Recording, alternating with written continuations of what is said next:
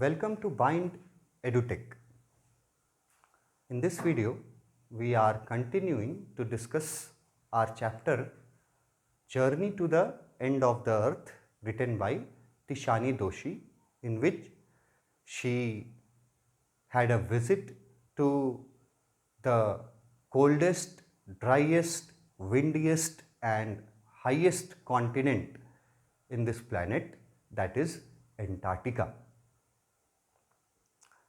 पिछले वीडियो में हम लोगों ने ग्लोबल वार्मिंग के बारे में डिस्कस किया था, rapid increase of human population के बारे में डिस्कस किया था और ह्यूमन पॉपुलेशन इस प्लैनेट पे कितने सालों से एग्जिस्ट कर रहा है उस पे डिस्कस किया था। वहीं से आगे कंटिन्यू है ये पैराग्राफ टेक्स्ट बुक का। Climate change is one of the most hotly contested debates, environmental debates of our time. ये चैप्टर तो बहुत साल पहले लिखा गया है, लेकिन इतने साल बीतने के बावजूद इस चैप्टर में जो बातें लिखी गई हैं वो जिस समय लिखी गई थी उससे ज़्यादा रिलेवेंट वो आज के समय में है, क्योंकि ऑब्वियसली जिस समय ये चैप्टर लिखा गया उस समय से अभी तक हमारे प्लैनेट का जो कंडीशन है वो बढ़ते पॉपुलेशन के वजह से और डिटोरिएट करते चला गया है और ख़राब होते चला गया है। आज प्रेजेंट टाइम में जब पूरे वर्ल्ड के जो लीडर्स हैं, जो डिफरेंट कंट्रीज़ को रिप्रेजेंट करते हैं, कोई प्रेसिडेंट है, कोई प्राइम मिनिस्टर है, डिफरेंट कंट्रीज़ के कुछ चांसलर्स हैं, आज जब सभी कंट्रीज़ एक साथ कहीं एक मीटिंग में बैठते हैं तो उस मीटिंग का जो सबसे इम्पॉर्टेंट मुद्दा होता है, जो सबसे इम्पॉर्टेंट टॉपिक होता है, जो उस मीटिंग में डिस्कस किया जाता है, वो टॉपिक है क्लाइमेट चेंज, बदलता हुआ मौसम। क्लाइमेट चेंज को आप रिलेट कर सकते हैं ग्लोबल वार्मिंग से भी। ग्लोबल वार्मिंग के वजह से भी क्लाइमेट में बहुत सारे डिस्टर्बेंसेस आए हैं। तो आज अगर पूरे वर्ल्ड के लीडर्स कहीं बैठ करके कोई इन्वायरमेंटल डिबेट करते हैं, इन्वायरमेंटल डिस्कशन करते हैं, तो उस डिस्कशन में जो सबसे मेन टॉपिक होता है, जिस टॉपिक पे ये डिस्कस करते हैं, that topic is climate change. Climate change is one of the most hotly contested debate, environmental debate of our time. अब जब ये डिस्कशन होता है, सब लोग बैठते हैं और डिस्कस करते हैं क्लाइमेट चेंज के बारे में, तो उस डिस्कशन में बहुत सारे क्वेश्चंस अराइज होते हैं। यहाँ कुछ क्वेश्चंस दिए गए हैं कि किस किस तरह के क्वेश्चंस अराइज होते हैं उन डिस्कशंस में, इन्वायरमेंटल डिबेट्स में, जिसमें क्लाइमेट चेंज मेन टॉपिक होता है। वहाँ किस तरह के क्वेश्चंस अराइज किए जाते हैं। पहला क्वेश्चन है, ब्लू से हाईलाइट किया हुआ है, Will the West Antarctic ice sheet melt entirely? पहला क्वेश्चन उठता है कि क्लाइमेट चेंज या ग्लोबल वार्मिंग जिस तरह से, जिस तेजी से हो रहा है, क्या उसके वजह से एंटार्क्टिका के वेस्ट साइड का पूरा आइस शीट मेल्ट कर जाएगा, मेल्ट इंटायरली। दूसरा क्वेश्चन है, Will the Gulf Stream ocean current be disrupted? Gulf के तरफ से आने वाली जो ओशियन करेंट्स हैं, क्या वो करेंट्स क्लाइमेट चेंज के वजह से डिस्टर्ब हो जाएंगी? ये जो गल्फ के तरफ से आने वाली जो ओशियन करेंट्स हैं, उनका इम्पॉर्टेंस क्या होता है? उनका इम्पॉर्टेंस होता है कि वो ही ओशियन करेंट्स मॉनसून लेकर के आती हैं। मॉनसून मतलब बारिश लेकर के आती है, वाटर लेकर के आती है। और जिस तरह से क्लाइमेट चेंज हो रहा है, उसको देखते हुए ये क्वेश्चन अराइज किया जा रहा है कि क्या गल्फ के तरफ से आने वाली जो ओशियन करेंट्स हैं वो डिस्टर्ब हो जाएंगी। अगर वो डिस्टर्ब हो जाएंगी तो ऑब्वियस है कि मॉनसून पे इफेक्ट पड़ेगा, और मॉनसून पे अगर इफेक्ट पड़ेगा तो फिर ऑब्वियस है कि इस प्लैनेट का डिस्ट्रक्शन जो है वो शुरू हो जाएगा। तीसरा भी एक क्वेश्चन उठता है, will it be the end of the world as we know it. क्या क्लाइमेट चेंज के वजह से दुनिया का अंत हो जाएगा। इस तरह के क्वेश्चंस अराइज किए जाते हैं इन्वायरमेंटल डिबेट्स में। जो इन्वायरमेंटल डिस्कशंस होते हैं उनमें इस तरह के क्वेश्चंस अराइज किए जाते हैं, और उस इन्वायरमेंटल डिबेट में जो मेन टॉपिक होता है वो होता है क्लाइमेट चेंज का। तो ये क्वेश्चंस भी क्लाइमेट चेंज से ही रिलेटेड है। पूछा जाता है कि क्या क्लाइमेट चेंज होने के वजह से एंटार्क्टिका का वेस्ट साइड का पूरा आइस शीट मेल्ट कर जाएगा। क्या गल्फ स्ट्रीम के तरफ से आने वाली ओशियन करेंट्स जो मॉनसून लेके आती हैं क्या वो डिस्टर्ब हो जाएंगी। क्या इस तरह से दुनिया का अंत हो जाएगा। ये क्वेश्चंस उठाए जाते हैं इन्वायरमेंटल डिबेट्स में क्लाइमेट चेंज के ऊपर। आंसर क्या मिलता है। आंसर मिलता है मे बी नॉट। हो भी सकता है और नहीं भी हो सकता है। नहीं कब होगा, जब ह्यूमन बीइंग्स, पूरे वर्ल्ड के human beings, around 7.5 billion population है हमारे पूरे प्लैनेट का एट प्रेजेंट। 7.5 अरब लोग हैं इस प्लैनेट पे। अगर वो 7.5 अरब लोग मिल करके और क्लाइमेट को बचाने का कोशिश नहीं किए, इन्वायरमेंट को बचाने का कोशिश नहीं किए, तो ये क्वेश्चंस जो हैं इनका सब का आंसर यस में आ जाएगा।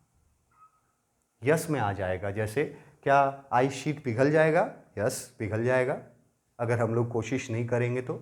क्या गल्फ स्ट्रीम की ओशियन करेंट्स डिस्टर्ब हो जाएंगी। हाँ, हो जाएंगी अगर हम लोग उसको कोशिश नहीं किए क्लाइमेट चेंज को कंट्रोल करने का। और क्या हमारी दुनिया का अंत हो जाएगा। यस, हो जाएगा अगर ह्यूमन बीइंग्स इसी तरह से इन्वायरमेंट को नुकसान पहुंचाते रहे। तो इन सारे क्वेश्चंस का आंसर यस में हो सकता है। पर यहां आंसर दिया है अभी मे बी और मे बी नॉट। हो भी सकता है, नहीं भी। नहीं कब होगा, पॉजिटिविटी दर्शाया गया है। नहीं कब होगा, जब सभी human beings, each and every individual present in this world, in this globe, on this planet, उन सब को मिल करके एफर्ट करना होगा। उन सब को मिल करके, पॉज कीजिए, इन सब को, sorry for the inconvenience caused due to some technical problems. Let's continue. हम लोग डिस्कस कर रहे थे कि जो इन्वायरमेंटल डिबेट्स अभी होते हैं उसमें क्लाइमेट चेंज सबसे हॉटली कंटेस्टेड टॉपिक होता है, और कुछ क्वेश्चंस उसमें उठाए जाते हैं, और क्वेश्चंस का आंसर होता है may be not.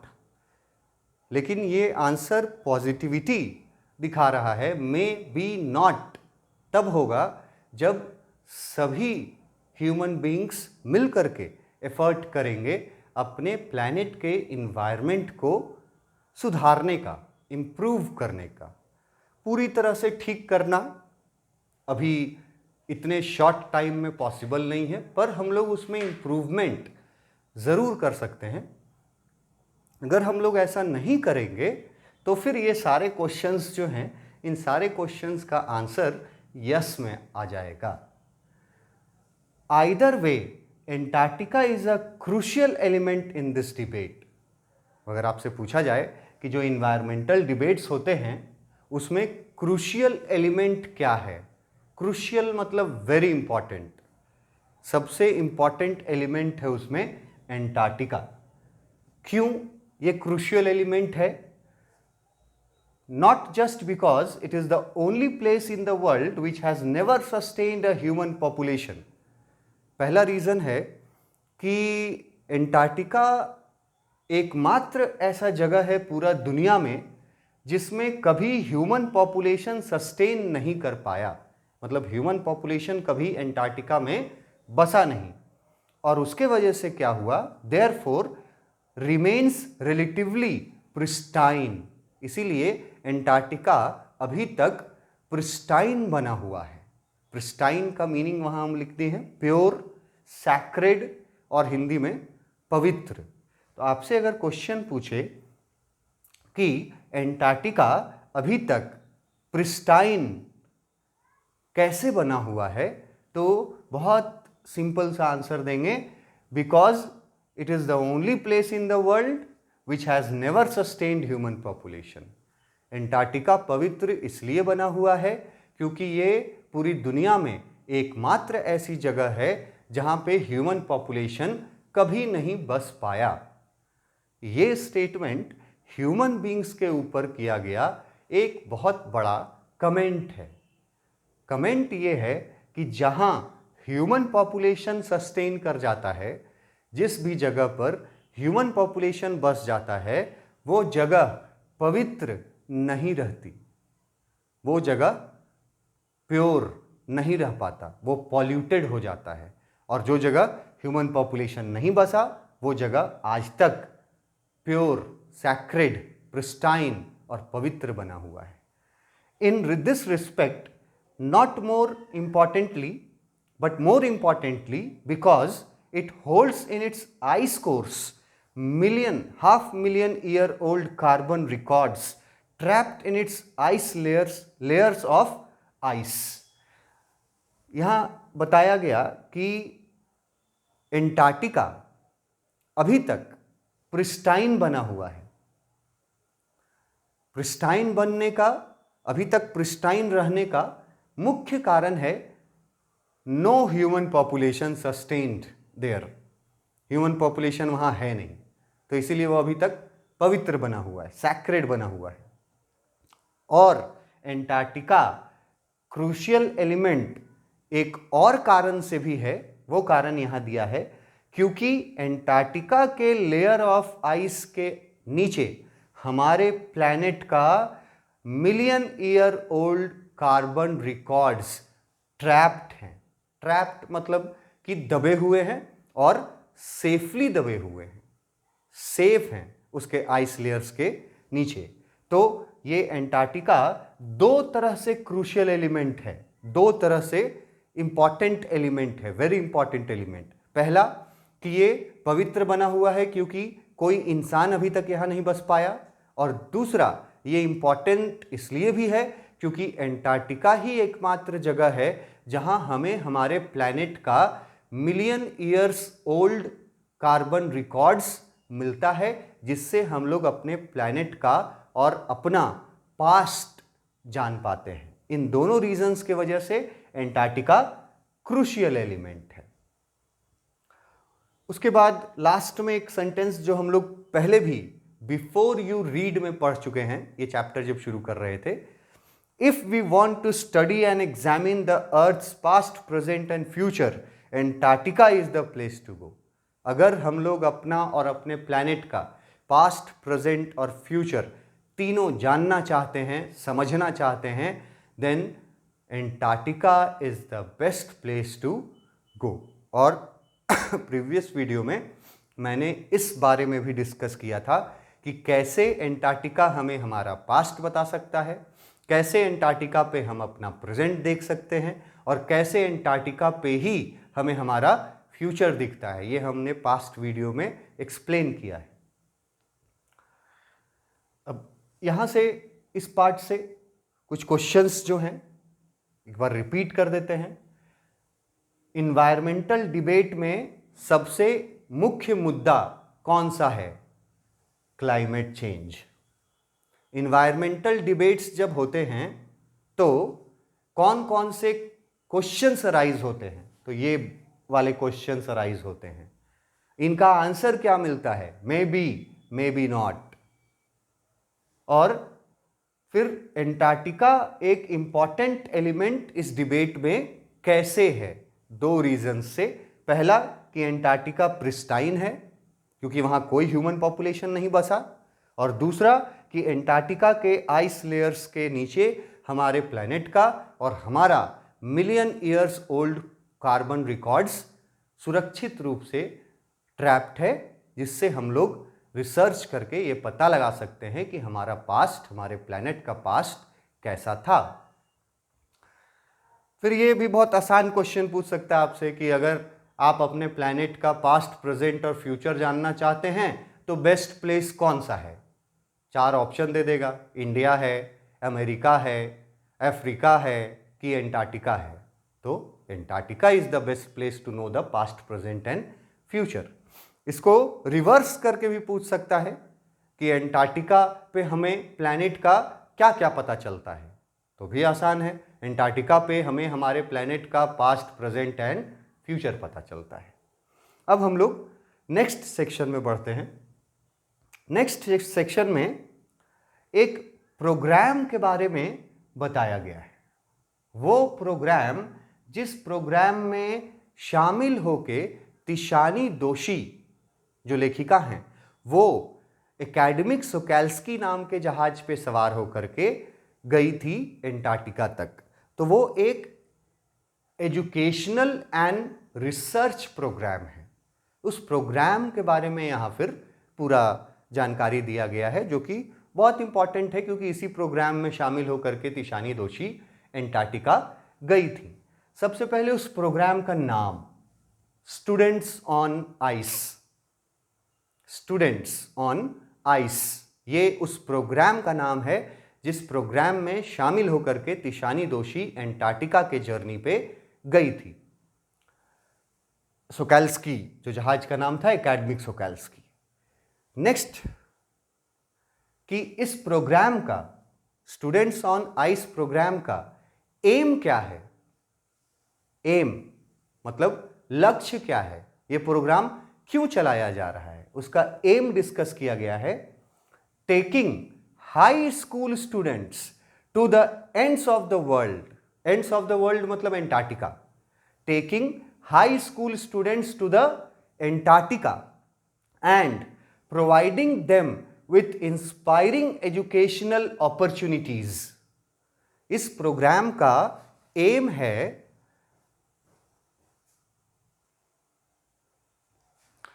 so the name of the program was students on ice, और उस प्रोग्राम का एम क्या था ये बहुत इंपॉर्टेंट है।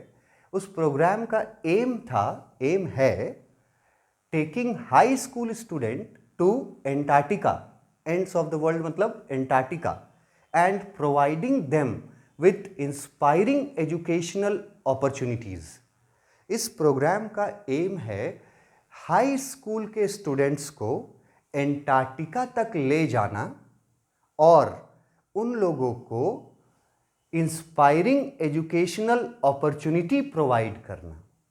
इंस्पायरिंग मतलब प्रेरणादायक, एजुकेशनल मतलब शैक्षणिक, और अपॉर्चुनिटी मतलब अवसर। तो हिंदी में अगर उसको समझें तो प्रेरणादायक शैक्षणिक अवसर प्रदान करना, ये एम है इस प्रोग्राम का।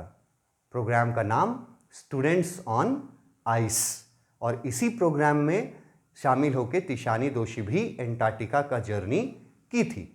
तो इस प्रोग्राम का एम है हाई स्कूल के स्टूडेंट्स को इंस्पायरिंग एजुकेशनल अपॉर्चुनिटी प्रोवाइड करना, प्रेरणादायक शैक्षणिक अवसर प्रदान करना हाई स्कूल के स्टूडेंट्स को। अब अगर आप हाई स्कूल के स्टूडेंट्स को इंस्पायरिंग एजुकेशनल अपॉर्चुनिटी प्रोवाइड करेंगे तो उससे बेनिफिट क्या होगा, बेनिफिट यहाँ लिखा है विच विल हेल्प देम, जिससे मदद होगा foster a new understanding. Foster का मतलब होता है डेवलप करना, develop a new understanding and respect for our planet. अगर हम हाई स्कूल के स्टूडेंट्स को इंस्पायरिंग एजुकेशनल अपॉर्चुनिटीज प्रोवाइड करेंगे तो उसका अच्छा इफेक्ट ये होगा कि उन स्टूडेंट्स के अंदर एक नया अंडरस्टैंडिंग और एक नया रिस्पेक्ट डेवलप होगा किसके प्रति? आवर प्लैनेट, हमारे प्लैनेट के प्रति, प्लैनेट अर्थ के प्रति। ये एम है स्टूडेंट्स ऑन आइस प्रोग्राम का। ये यहां से भी बहुत सारे क्वेश्चंस अराइज किए जा सकते हैं। नेम ऑफ द प्रोग्राम आसान है, स्टूडेंट्स ऑन आइस। उस प्रोग्राम का एम है हाई स्कूल स्टूडेंट्स को इंस्पायरिंग एजुकेशनल अपॉर्चुनिटी प्रोवाइड कराना। क्या फायदा होगा उससे? उससे हाई स्कूल के स्टूडेंट्स के अंदर एक नया अंडरस्टैंडिंग और एक नया रिस्पेक्ट डेवलप होगा टुवर्ड्स आवर प्लैनेट। अपने प्लैनेट के प्रति वो एक नई समझदारी और एक नया रिस्पेक्ट डेवलप कर पाएंगे हम लोग हाई स्कूल के स्टूडेंट्स के अंदर। ये एम है इस प्रोग्राम का। It has been operation for 6 years now. ये चैप्टर जब लिखा गया था उस समय इस प्रोग्राम को शुरू हुए 6 साल हो चुके थे और हर साल ये प्रोग्राम एक ट्रिप करता है एंटार्क्टिका का। किस जहाज में? एकेडमिक सोकैल्स्की नाम के जहाज में। कहाँ का जहाज है? रशियन जहाज। कैसा जहाज है? रिसर्च शिप है। ये पहले ही डिस्कस कर चुके हैं। तो वहाँ से ये लोग 6 साल से ये प्रोग्राम चल रहा है। ये प्रोग्राम के हेड कौन हैं? Very important. हेड हैं मिस्टर जॉफ ग्रीन और वो रहने वाले हैं कनाडा के। तो लिखा हुआ है कैनेडियन जॉफ ग्रीन। कनाडा मतलब अमेरिकन है। जॉफ ग्रीन नाम है स्टूडेंट ऑन आइस प्रोग्राम के हेड का। वही ये प्रोग्राम हेड करते हैं। Who got tired of carting celebrities and retired rich curiosity seekers। यहां बताया गया है कि जॉफ ग्रीन जब स्टूडेंट्स ऑन आइस प्रोग्राम पिछले 6 सालों से चला रहे हैं, उसके पहले भी जॉफ ग्रीन एंटार्क्टिका के जर्नी पर लोगों को ले जाते थे, पर उसमें स्टूडेंट्स नहीं होते थे, उसमें और लोग रहते थे। जैसे कौन? यहां एकदम क्लियरली दिखा हुआ है, सेलिब्रिटीज रहते थे, रिटायर्ड लोग रहते थे, रिच लोग रहते थे और क्यूरियोसिटी सीकर्स रहते थे। क्यूरियोसिटी सीकर्स का मतलब है जिज्ञासु लोग। उन लोगों को जिनको कुछ जानने की इच्छा होती है, या आप क्यूरियोसिटी सीकर्स को एडवेंचरस लोग भी बोल सकते हैं, एडवेंचरस पीपल। पहले स्टूडेंट ऑन आइस प्रोग्राम पिछले 6 सालों से चल रहा है। कैनेडियन जॉफ ग्रीन इसके हेड है। लेकिन इससे पहले जब वो स्टूडेंट्स को नहीं ले जाते थे तो भी वो कुछ और लोगों को ले जाते थे इनके अलावा। वो लोग कौन हैं ये याद रखना ज़रूरी है। वो हैं celebrities, retired, rich and curiosity seekers. इन लोगों को ले जाते थे जॉफ ग्रीन एंटार्क्टिका के जर्नी पर। Who could only give back in a limited way. लेकिन कुछ दिनों तक इन लोगों को ले जाने के बाद जॉफ ग्रीन को ये फील हुआ कि इन लोगों को ले जाने से मुझे तो बेनिफिट हो जा रहा है in the term of money. मैं तो पैसे कमा जा रहा हूं, लेकिन इससे मेरे प्लैनेट को कोई फायदा नहीं हो रहा है। क्योंकि ये लोग जो हैं सेलिब्रिटीज़ हैं, रिटायर्ड लोग हैं, रिच लोग हैं, क्यूरियोसिटी सीकर्स हैं। ये सारे लोग जब उस ट्रिप पे जाते थे, जब उनको ले जाते थे जॉफ ग्रीन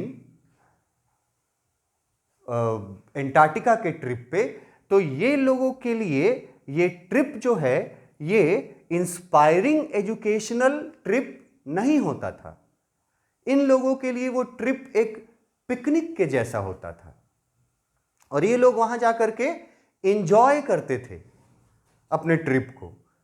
उससे प्लैनेट को कोई फायदा नहीं हो रहा था। जॉफ ग्रीन को भले मनी के रूप में फायदा हो जा रहा था, लेकिन इन लोगों को कुछ सालों तक ले जाने के बावजूद के बाद जॉफ ग्रीन को ये रियलाइज हुआ that they are not giving it back to the planet के लिए कोई बेनिफिट नहीं कर पा रहे हैं। वो लोग एक टूर के जैसा, पिकनिक के जैसा एंजॉय कर रहे हैं वहां जाकर के। तब इन लोगों को ले जाना बंद कर दिया जॉफ ग्रीन ने, और तब उन्होंने शुरू किया स्टूडेंट्स ऑन आइस। अब इन लोगों के जगह वो हाई स्कूल के स्टूडेंट्स को शामिल कर लेते हैं अपने प्रोग्राम में, और हाई स्कूल के स्टूडेंट्स को इंस्पायरिंग एजुकेशनल अपॉर्चुनिटी प्रोवाइड करना चाहते हैं वहां ले जाकर के, ताकि उनके अंदर अपने प्लैनेट के प्रति एक नया अंडरस्टैंडिंग और रिस्पेक्ट डेवलप हो। हाई स्कूल के स्टूडेंट्स को ही क्यों चुना गया, यह है नेक्स्ट क्वेश्चन, जिसका आंसर यहां है। हाई स्कूल के स्टूडेंट्स को इसलिए चुना गया क्योंकि हाई स्कूल के स्टूडेंट्स जो हैं वो future generation of policy makers हैं। मतलब कि आने वाले समय में, फ्यूचर जनरेशन में पॉलिसी बनाने का काम वही लोग करेंगे जो आज हाई स्कूल के स्टूडेंट्स हैं। क्योंकि आने वाले समय में जो आज हाई स्कूल के स्टूडेंट्स हैं वो लोग अपने अपने फैमिली के डिसीजन मेकर्स बन जाएंगे, और जब वो अपने फैमिली के डिसीजन मेकर्स बन जाएंगे और उनको अगर पहले ही इस जर्नी को करा दिया गया है तो वो लोग सही तरीके से डिसाइड कर पाएंगे कि उनके द्वारा किए गए किसी भी काम से प्लैनेट को क्या नुकसान पहुंच रहा है और उस नुकसान को कैसे कम किया जा सकता है। उन्होंने हाई स्कूल के स्टूडेंट्स को इसलिए चुना क्योंकि हाई स्कूल के स्टूडेंट्स फ्यूचर जनरेशन के पॉलिसी मेकर्स हैं और वो उनको एक लाइफ चेंजिंग एक्सपीरियंस देना चाहते थे। जॉफ ग्रीन इस फ्यूचर जनरेशन के पॉलिसी मेकर्स को, मतलब हाई स्कूल के स्टूडेंट्स को, एक लाइफ चेंजिंग एक्सपीरियंस देना चाहते थे, क्योंकि वो लोग जिस एज में होते हैं, हाई स्कूल के स्टूडेंट्स जिस एज में होते हैं, उस एज में वो लोग रेडी रहते हैं एब्जॉर्ब करने के लिए, लर्न करने के लिए। मतलब वो लोग कुछ सीखने के लिए उस उम्र में बिल्कुल रेडी रहते हैं। और सबसे इंपॉर्टेंट कि जो वो एक्सपीरियंस करते हैं, जो वो लर्न करते हैं, जो वो एब्जॉर्ब करते हैं उस उम्र में, आगे चल के वो लोग उसी एक्सपीरियंस के आधार पर एक्ट करते हैं। मतलब वैसे काम करते हैं जिससे प्लैनेट को नुकसान कम हो, प्लैनेट का कंडीशन जो है उसमें इंप्रूवमेंट हो। तो ऐसा काम वो लोग तभी कर पाएंगे जब उनको इस एज में एक लाइफ चेंजिंग एक्सपीरियंस दिया जाए। किनको? हाई स्कूल के स्टूडेंट्स को। क्यों हाई स्कूल के स्टूडेंट्स को ही? क्यों?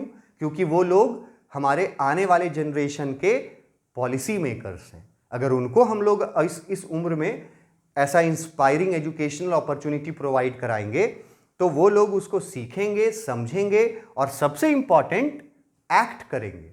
जो वो सीखेंगे, जो वो समझेंगे, उसके अकॉर्डिंग वो लोग एक्शंस लेंगे। That is why he replaced, उन्होंने रिप्लेस कर दिया इन सेलिब्रिटीज को, रिटायर्ड रिच क्यूरियोसिटी सीकर्स को, इनको रिप्लेस करके जॉफ ग्रीन ने स्टूडेंट्स ऑन आइस प्रोग्राम बनाया, जिसमें उन्होंने सिर्फ हाई स्कूल के स्टूडेंट्स को शामिल किया अपने इस प्रोग्राम में। नेक्स्ट क्लास में इसका आगे देखते हैं। Thank you.